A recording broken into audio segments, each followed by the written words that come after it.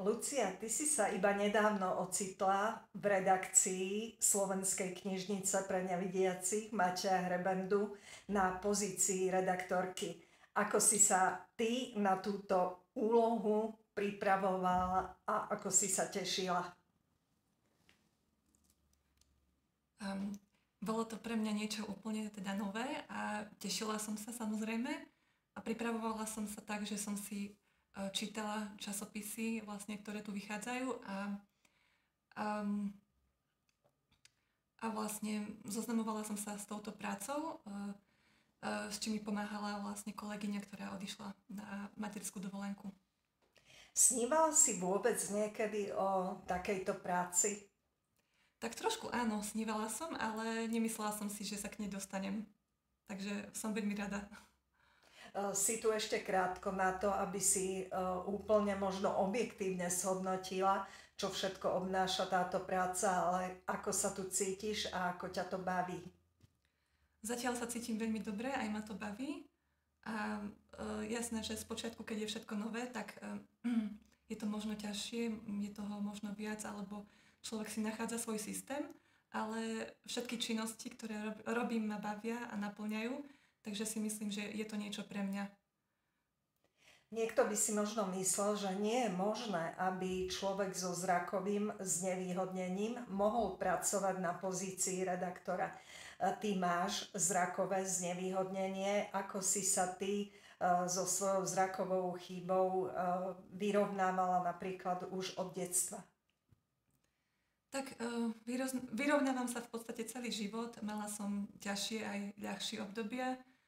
Niekedy je to naozaj ako keby v poriadku, niekedy je to komplikovanejšie, ale myslím si, že v tomto veku už som s týmto svojím znevýhodnením vyrovnaná a stále to prináša svoje úskalia, ale naučila som sa s tým žiť a som rada, ak mám nejaké príležitosti, ktoré vlastne viem zužitkovať aj napriek tomuto znevýhodneniu.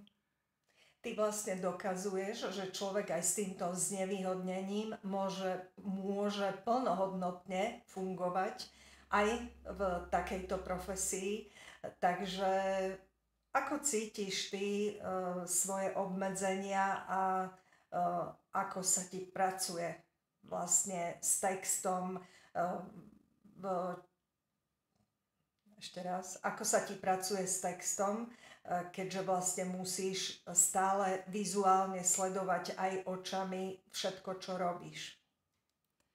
Áno, občas je to trochu namáhavé, keďže ja vidím už iba jedným okom. Napriek tomu stále môžem čítať bežný text, teda viem čítať aj Braillovo písmo, ale čítam stále čierno-tlač, vlastne čítam texty, knihy, čítam aj na počítači, ale niekedy musím dávať pozor, aby som si to oko nepreťažila, takže robiť si prestávky a podobne, používať zväčšené písmo, ale dá sa takto pracovať. Dá sa aj napriek tomu znevýhodneniu, takže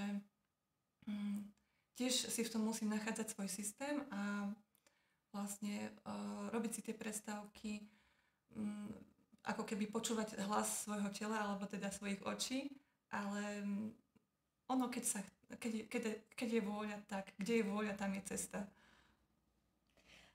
Ty sama teraz momentálne na pozícii redaktorky spovedáš ľudí. Aké to je byť na tej druhej strane? No, je to veľmi zaujímavé. Už si celkom zvykám na to, že kladiem otázky, takže je to teraz také... Už to začína byť zvláštne, že teraz dostávam otázky ja. Takže áno, už sa s tým zžívam pomaličky. Ale vyskúšala som si aj tú druhú stranu. Aj predtým som robila rozhovory, kde sa ma pýtali redaktori, takže vyskúšala som si aj jedno, aj druhé.